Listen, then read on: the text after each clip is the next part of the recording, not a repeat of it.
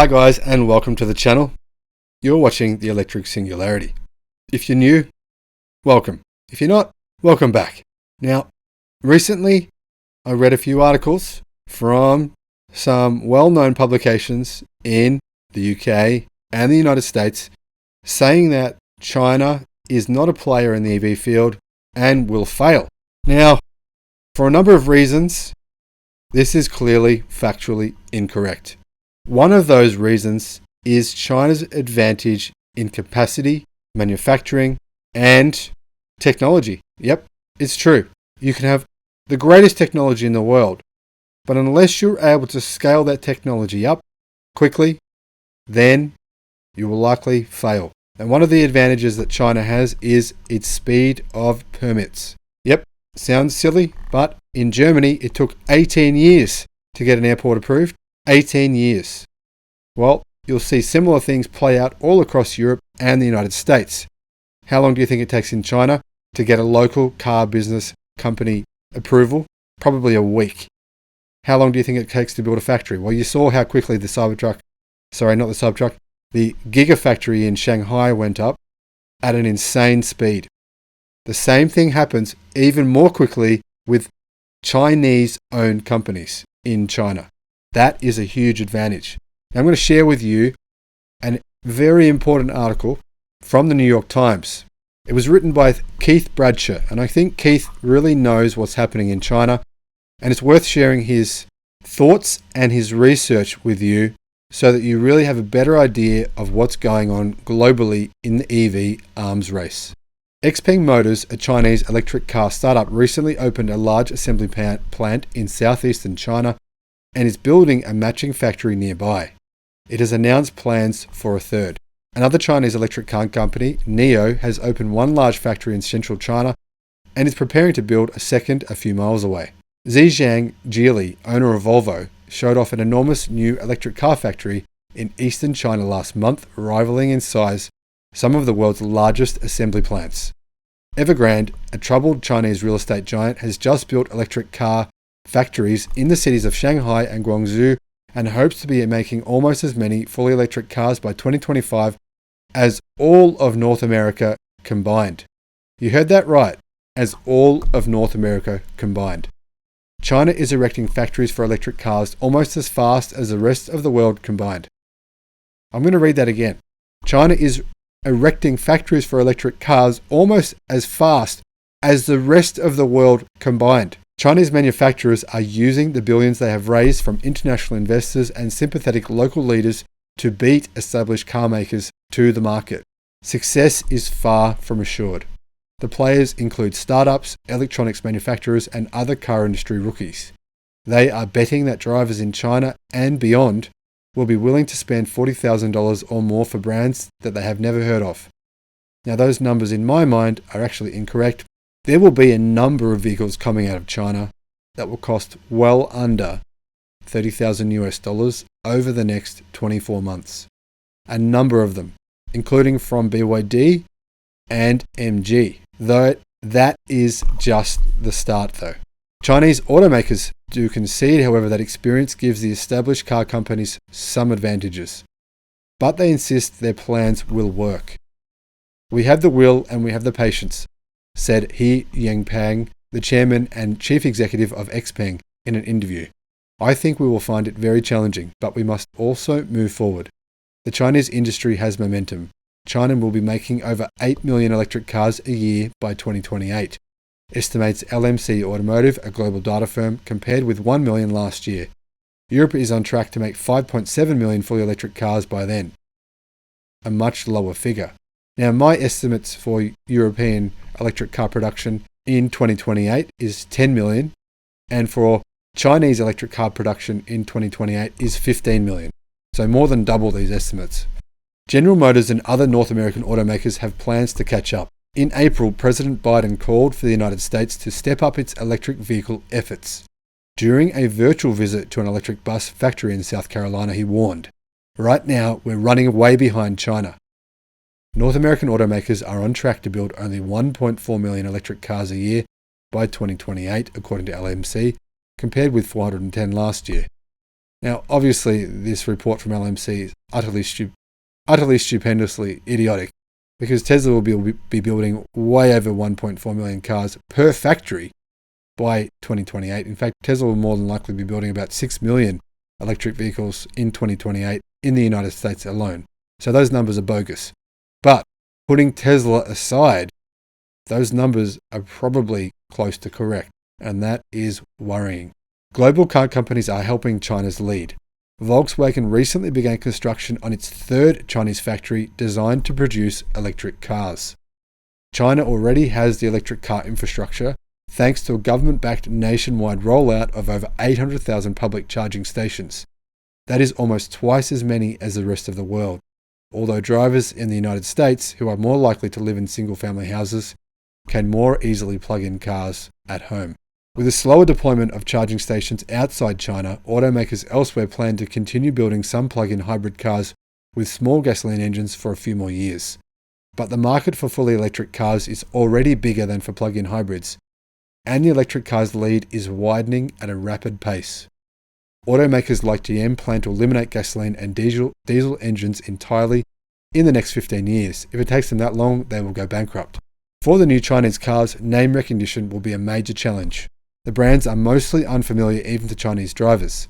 On roads filled with Buicks, Volkswagens and Mercedes-Benzes, they could struggle to stand out.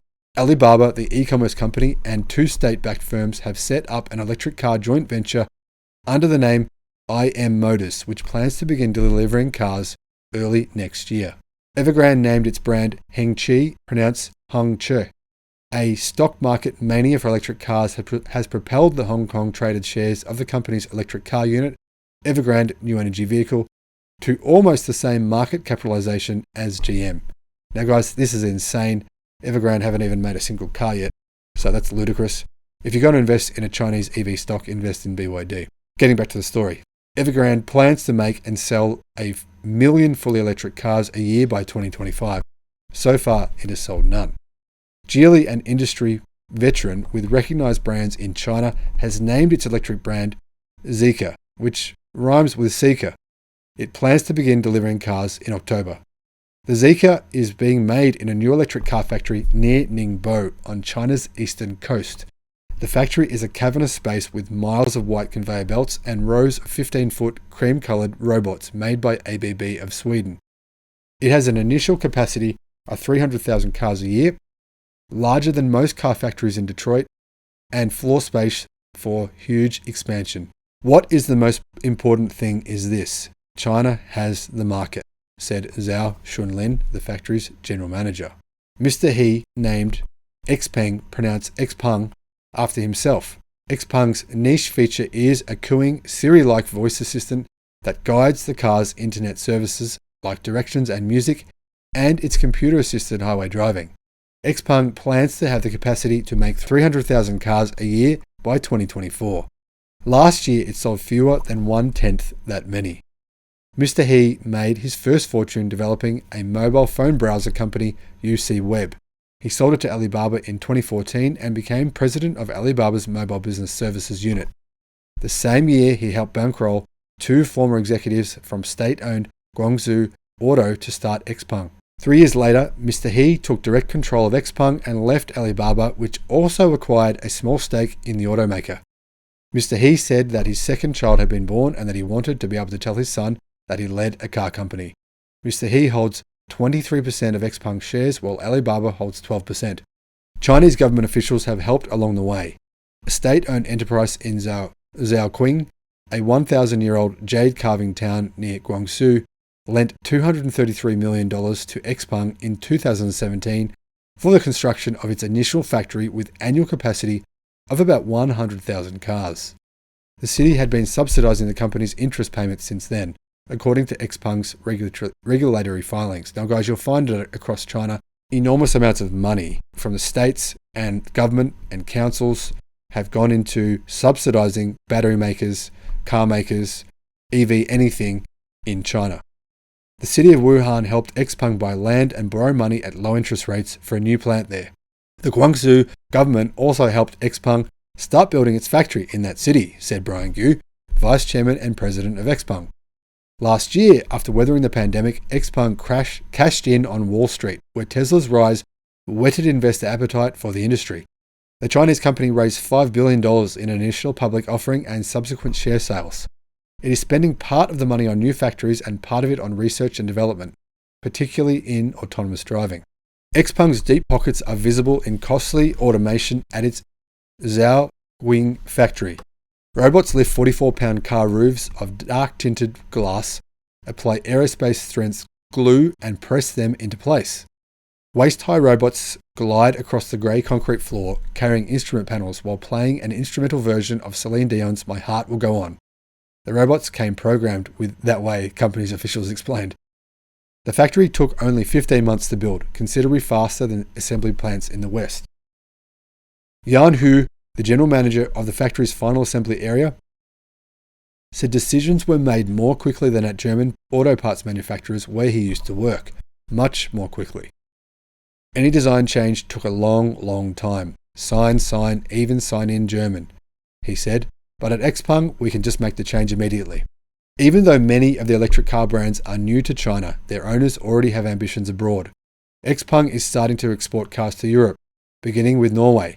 Chery, a big state-owned automaker in central China, announced last week that it would start exporting gasoline-powered cars to the United States next year and follow with electric cars. The United States will be a difficult market. The Trump administration imposed 25% taxes in 2018 on cars imported from China, which has slowed exports.